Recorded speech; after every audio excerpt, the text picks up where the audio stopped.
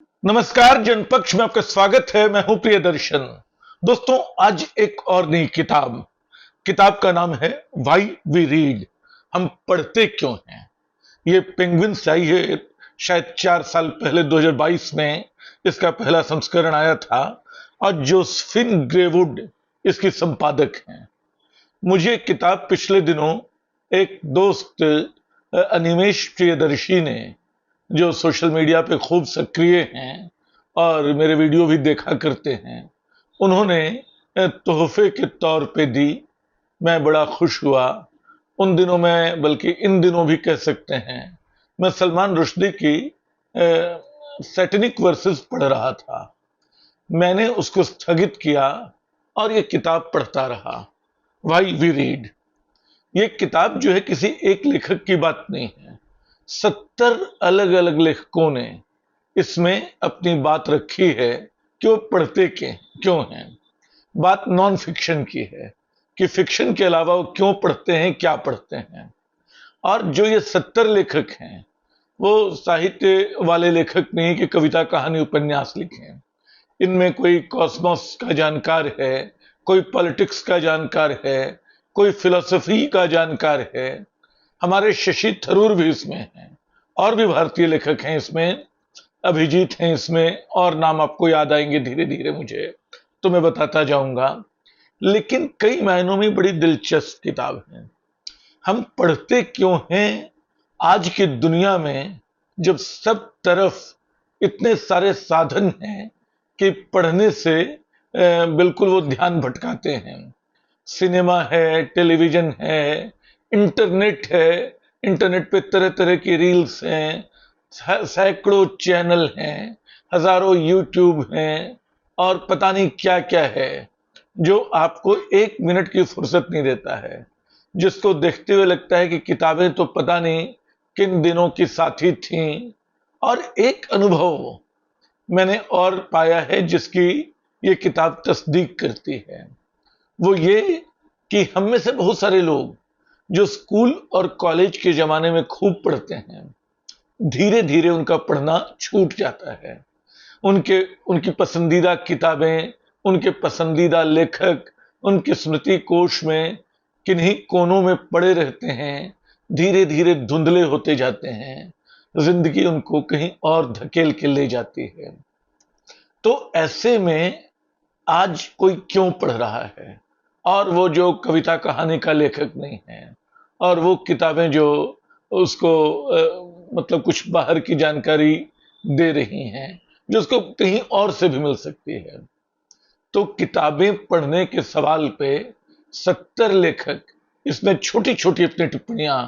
70 लेखकों के नाम सुनकर मत समझिए कि बहुत मोटी किताब होगी। ये करीब 154 पृष्ठों की किताब है। मैं 150 से ऊपर बोलने जा रहा था, मैंने देख लिया। 154 पृष्ठों की किताब है। और इस किताब में पढ़ने की कुछ तो साझा जो वजह हैं वो बताई गई हैं कि पढ़ने में मन लगता है, बचपन से पढ़ने का अभ्यास था, या माँ बाप ने अभ्यास दिलवाया था, या फिर बाहर की दुनिया को देखने का एक तरीका है हमारे लिए इन किताबों से गुजरना, या सबसे पुरानी साथी हैं किताबें हमारी। तो बहुत सारी वजह हैं। जैसे शशि थरूर बताते हैं कि जब वो छोटे थे तो बीमार रहा करते थे, अस्थमा की समस्या से गुजरते थे, तो बच्चों के बीच खेलने जा नहीं सकते थे। और ये वे दिन नहीं थे जब आपके पास मनोरंजन के दूसरे बहुत सारे सामान हों। तो उन्होंने किताबों से दोस्ती की, और वो दोस्ती आज तक उनकी टिकी हुई है। अस्थमा तो चला गया, जैसे जैसे इलाज बेहतर हुआ अस्थमा खत्म हो गया, लेकिन पुस्तक प्रेम का जो नया रोग था वो लगा रह गया। और वो बताते हैं कि फास्ट फूड, बुलेट ट्रेन और T20 मैचों के इस दौर में उनको स्लो रीड पसंद है।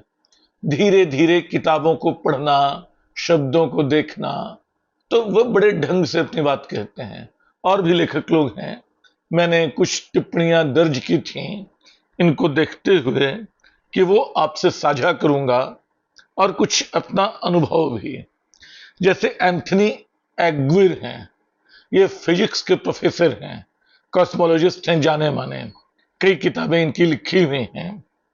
इन्होंने टिप्पणी की है, मैं पूरी टिप्पणी नहीं बता रहा हूं, कि सैकड़ों वर्षों से बची किताबों को इतिहास और समाज ने बचाया है। यानी जो किताबें अब तक चली आ रही हैं, जिनको सेलेक्ट किया है, वो हिस्ट्री और सोसाइटी ने सेलेक्ट किया है। किसी भरोसेमंद दोस्त द्वारा सुझाई गई किताब हो, किसी खास सूची में आई किताब हो, ये सब खजाने हैं, हम इसलिए इन्हें पढ़ते हैं। एक हिल्टन आल्स हैं, लेखक हैं, थिएटर के क्रिटिक हैं, रंग समीक्षक। उनका एक बड़ा दिलचस्प वाक्य है, reading is writings dearest companion. पढ़ाई जो है लेखन की सबसे प्रिय दोस्त है, सबसे प्रिय साथी है। और मैंने कहा था कि अभिजीत बनर्जी भी इसमें हैं। अभिजीत बनर्जी ने बहुत दिलचस्प लिखा है, वो किसी किताब को लेखक द्वारा तैयार किए गए एक खेल की तरह देखते हैं। वो लिखते हैं कि हर लेखक हमारे लिए बड़ी सावधानी से एक खेल तैयार करता है। मैं इस खेल में दाखिल होने और इसे खेलने के लिए पढ़ता हूं, यह देखने के लिए लेखक हमें कहां ले जाता है। यहां मैंने थोड़ा संक्षिप्तीकरण किया है। यह देखने के लिए कि लेखक हमें कहां ले जाता है, कहां वो हमें चकमा दे देता है, कहां से नैतिक दुविधा शुरू होती है, कहां से प्रेम के पनपने और खिलने का इशारा मिलता है।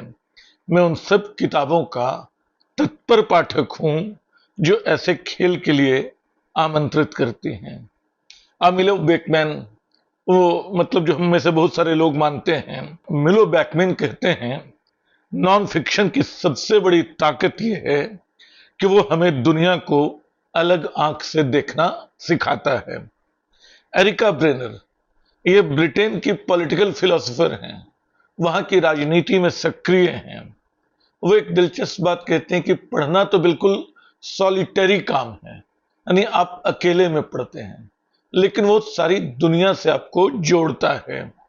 वो कहती हैं कि उन्हें वे किताबें अच्छी लगती हैं जो दिमाग को मथती हैं, दोबारा पढ़े जाने की मांग करती हैं।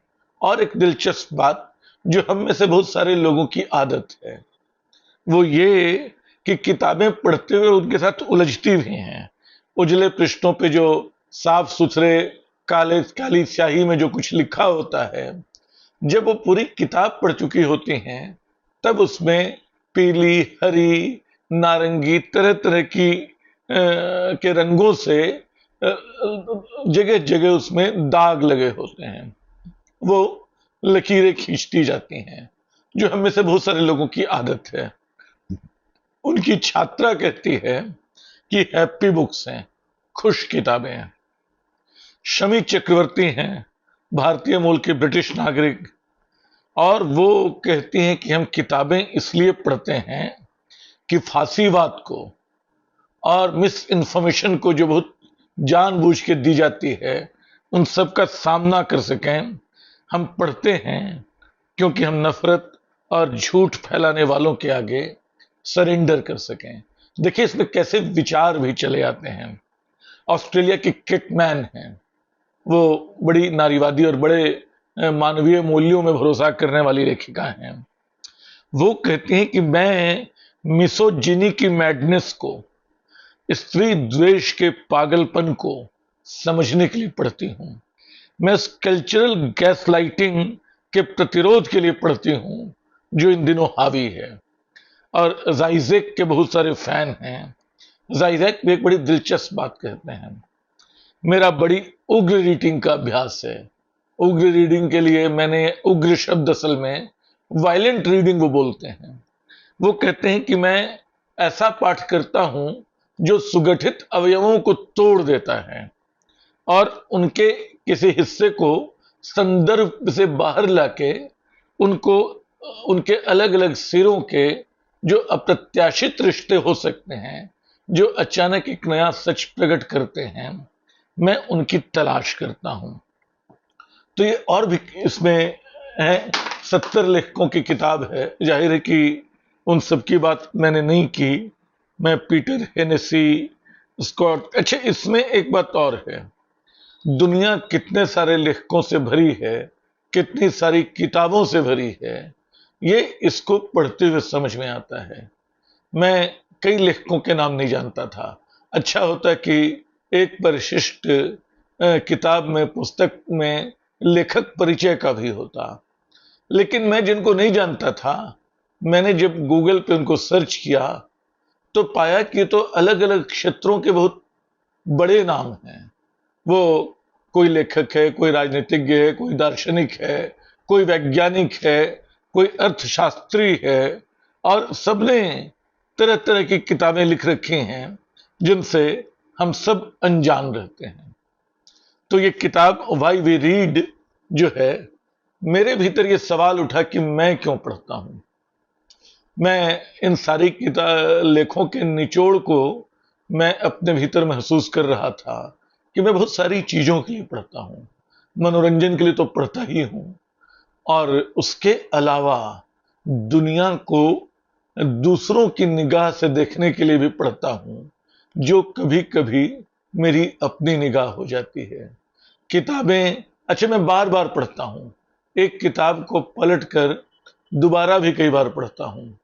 किताबें मेरे लिए उन शहरों, उन गलियों की तरह हैं जहां आप बार बार जाते हैं और पाते हैं कि अरे, इनमें तो काफी कुछ देखने को बचा हुआ है।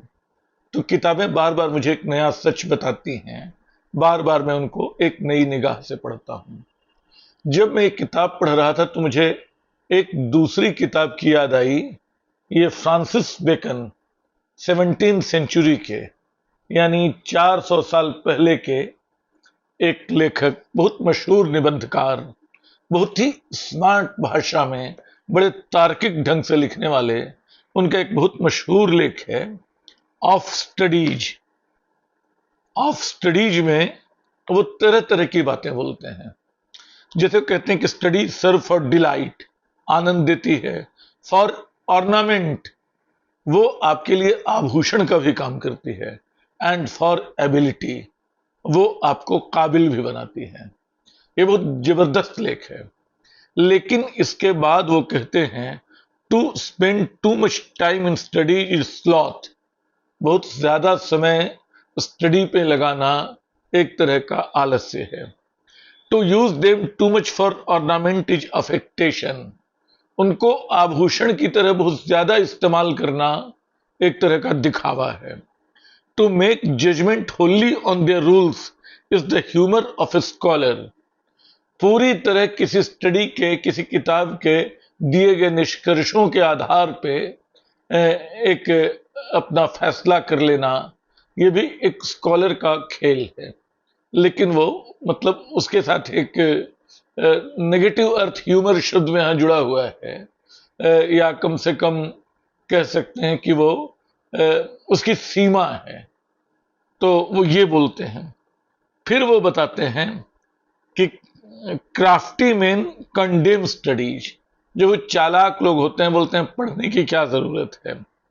Simple man admire them. जो सीधे सरल लोग होते हैं उनकी तारीफ करते हैं। And wise man use them. और जो समझदार होते हैं वो उनको पढ़ते हैं। आखिरी दो हिस्से में पढ़ूंगा इस किताब के। Read not to contradict and confute. किसी को काटने के लिए, किसी की बात, किसी के खंडन मंडल के लिए पढ़ते हो तो ना पढ़ो। नॉर टू बिलीव और टेक फॉर ग्रांटेड। किसी पे पूरी तरह भरोसा करने के लिए भी मत पढ़ो। जो लिखा हुआ है उस पर पूरी तरह भरोसा कर ले, इसके लिए भी मत पढ़ो। Nor to find talk and discourse. सिर्फ बातचीत और गपशप के लिए भी मत पढ़ो। But to weigh and consider. लेकिन उसको तौलने के लिए, उस पर विचार करने के लिए पढ़ो। और इसके बाद बहुत मशहूर लाइन आती है, some books are to be tasted, others to be swallowed and some few to be chewed and digested.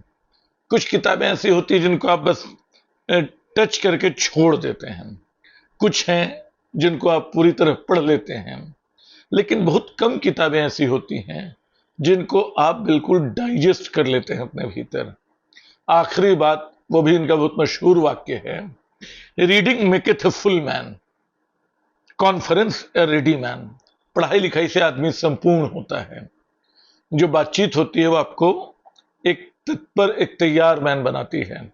And writing an exact man, और लेखन जो है एक संपूर्ण व्यक्ति बनाता है। तो ये फ्रांसिस बेकन थे। दो किताबों की आज इत्तेफाक से एक साथ चर्चा हो गई, जिनका वास्ता इस बात से है कि हम क्यों पढ़ते हैं, why we read. Animesh Priyadarshi ji का एक बार फिर शुक्रिया। उन्होंने शायद मेरे जन्मदिन का ख्याल रखते हुए और मेरे रिटायरमेंट का ख्याल रखते हुए ये किताब मुझे भेजी थी। इस बहुमूल्य प्राप्ति के लिए आभार, शुक्रिया।